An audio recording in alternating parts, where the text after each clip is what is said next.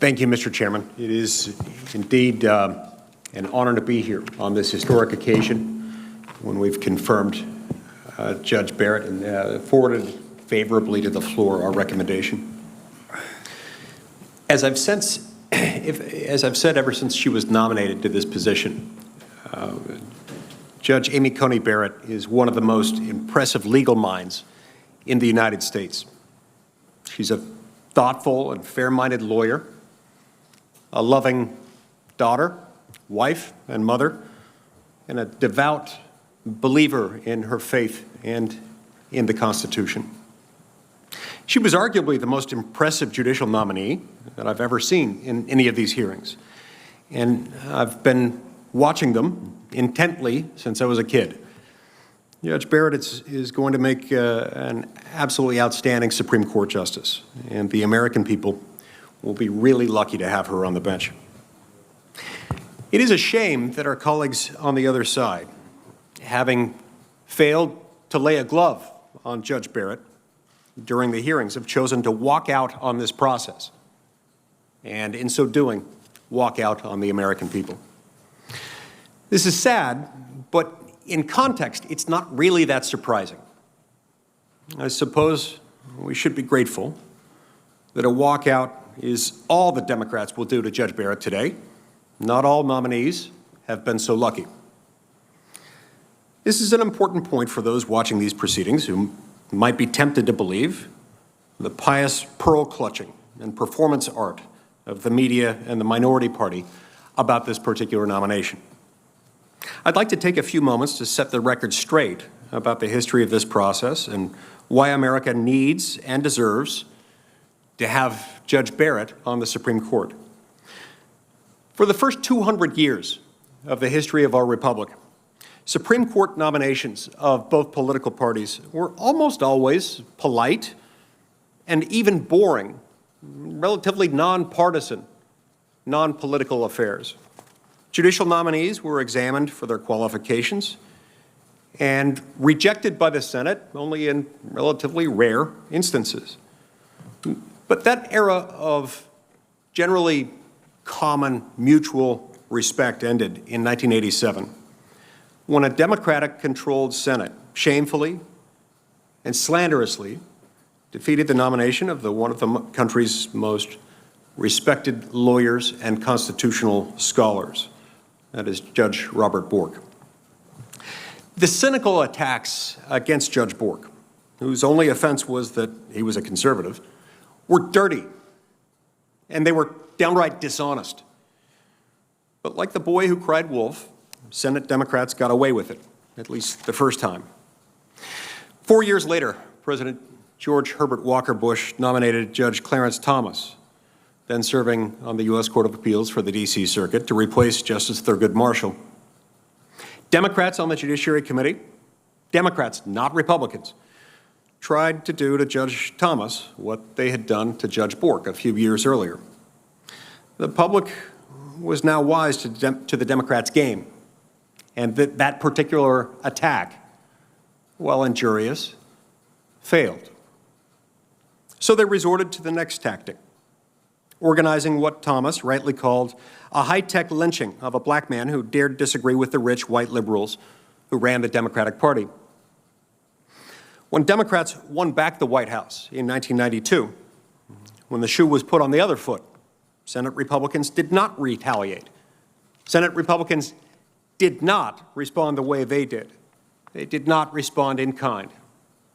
In 1993, the famously liberal Judge Ruth Bader Ginsburg was confirmed to the Supreme Court with 96 votes.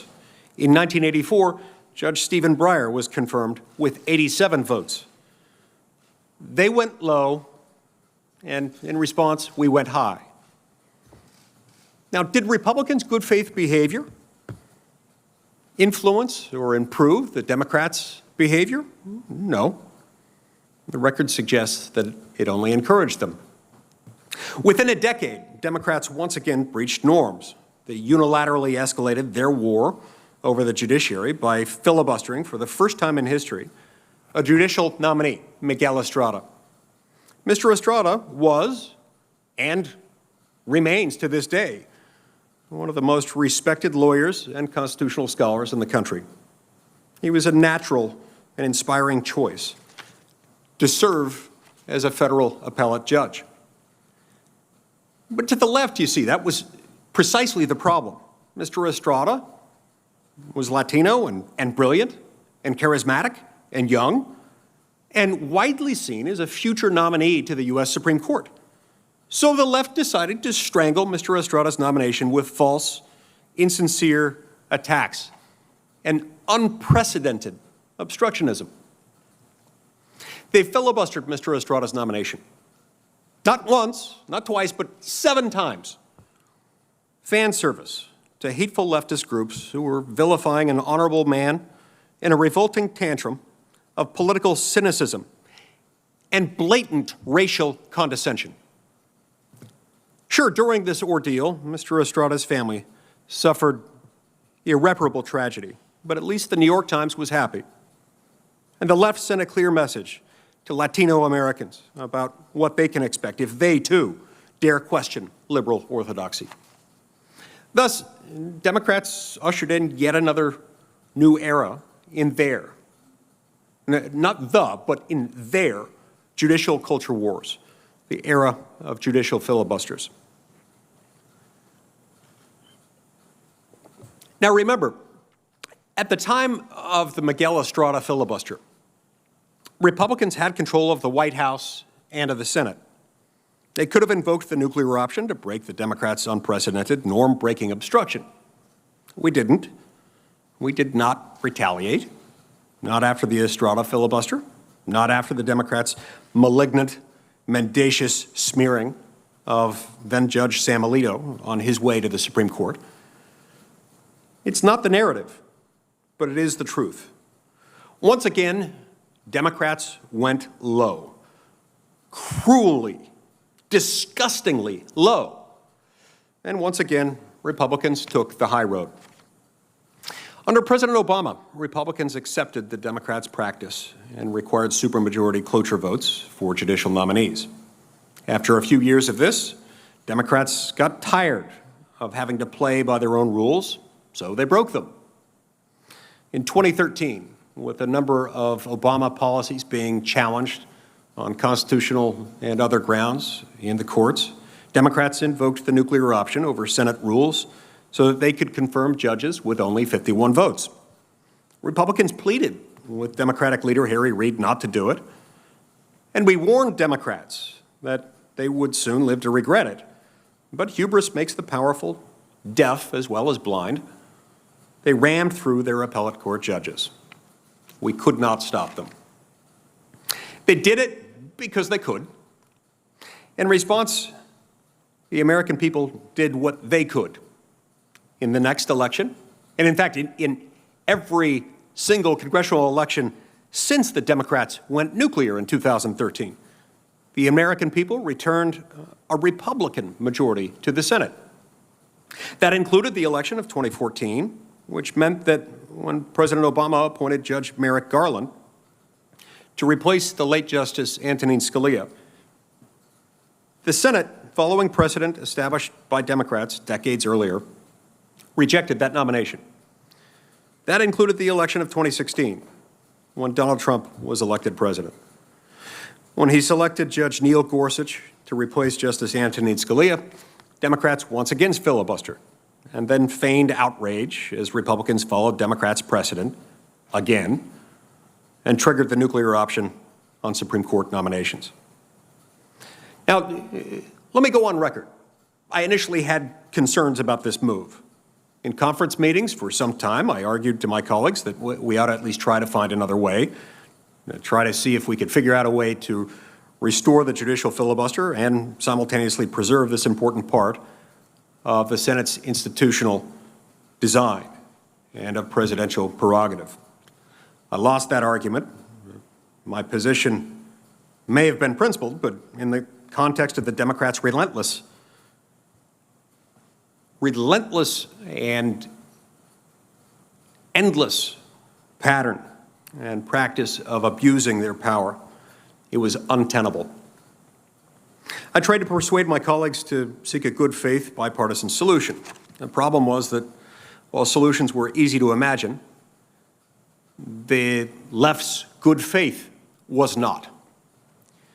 The only precedents Democrats had given us to work with were Bork, Thomas, Estrada, and the nuclear option. My colleagues pointed out the obvious. Democrats' embrace of judicial power and of judicial total war was not a slide down a slippery slope. It was a giddy, enthusiastic leap that they still don't regret. Just look at the record since then. In 2018, when Justice Anthony Kennedy retired and President Trump nominated Judge Brett Kavanaugh to replace him, was there any sign, any evidence whatsoever of an intent to lower the temperature? Any indication that Democrats were rethinking their decades of vicious, unilateral escalation? Just as before, of course not. During the Kavanaugh nomination, they stooped to new lows, concocting a patently false accusation of teenage sexual assault against an honest, honorable, and innocent man. Like inquisitors, burning heretics at the stake, torching, sliming, smearing, breaking norms, breaking rules, to slander and strangle the nominations of constitutionalist judges, is simply what the left does. This is a feature, not a bug. This is how they operate. This is what they do. Liberals, not conservatives, turned the Supreme Court of the United States into a super legislature of sorts. Democrats, not Republicans, escalated Supreme Court confirmations into ideological knife fights and worse, and made political outcomes the defining issue of this process rather than judicial philosophy and qualifications.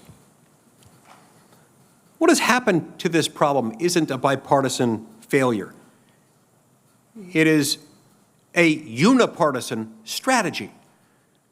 Every norm broken, every act of escalation, one party, the Democrats, has been the aggressor in every single instance.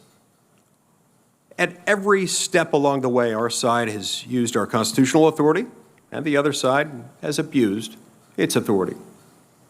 There is no tit for tat, there's just tat. Democrats killed Judge Bork's nomination for partisan political reasons. They killed Miguel Estrada's nomination for partisan political reasons. They slandered Justice Thomas, Justice Alito, and Justice Kavanaugh for partisan political reasons. They nuked the filibuster, again, for partisan political reasons. And now they're trying to scuttle this meeting, this hearing, this vote for partisan political reasons. When it comes to the judiciary, abuse of power is their agenda. Now, the left seems to think that the Supreme Court exists for this purpose and that it exists to impose their very worst ideas onto the public, onto those recalcitrant members of the public, those people we call citizens who refuse blindly to go along with their entitled extremism. They want the court to empower abortion activists and woke performance artists, campus and corporate elites, and social media outrage addicts to tell everyone how to live without votes, without accountability, and without debate. Taking debatable matters and placing them beyond debate seems to be their formula. They don't want democracy. They don't want representative government. They want docility. And Judge Amy Coney Barrett is not going to give it to them. She's not going to politicize the Supreme Court.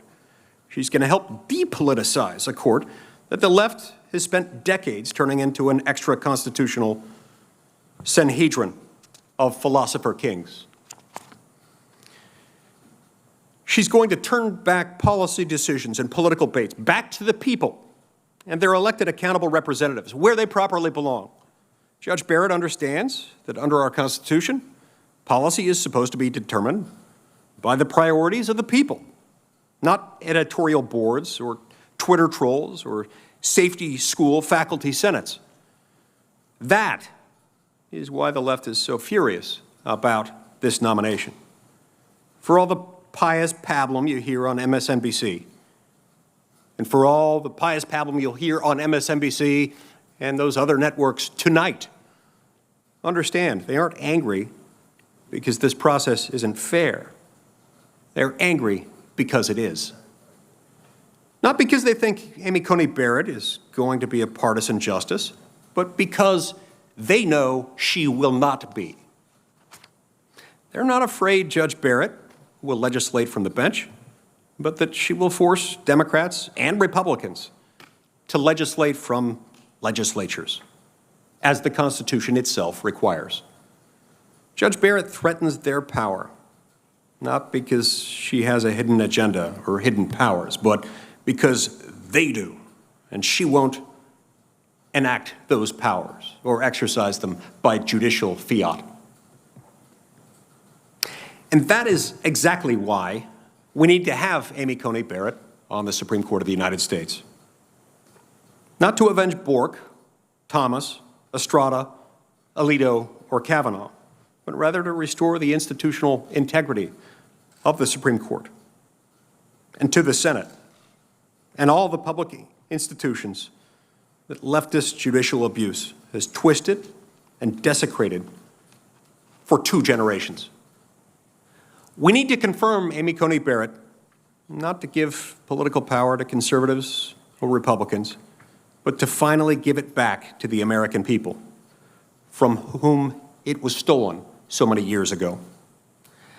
The left has taken the political low road on the judiciary for decades. Amy Coney Barrett will take the constitutional high road for decades to come, every day earning, in more ways than one, her new title of justice. Thank you, Mr. Chairman. Thank you.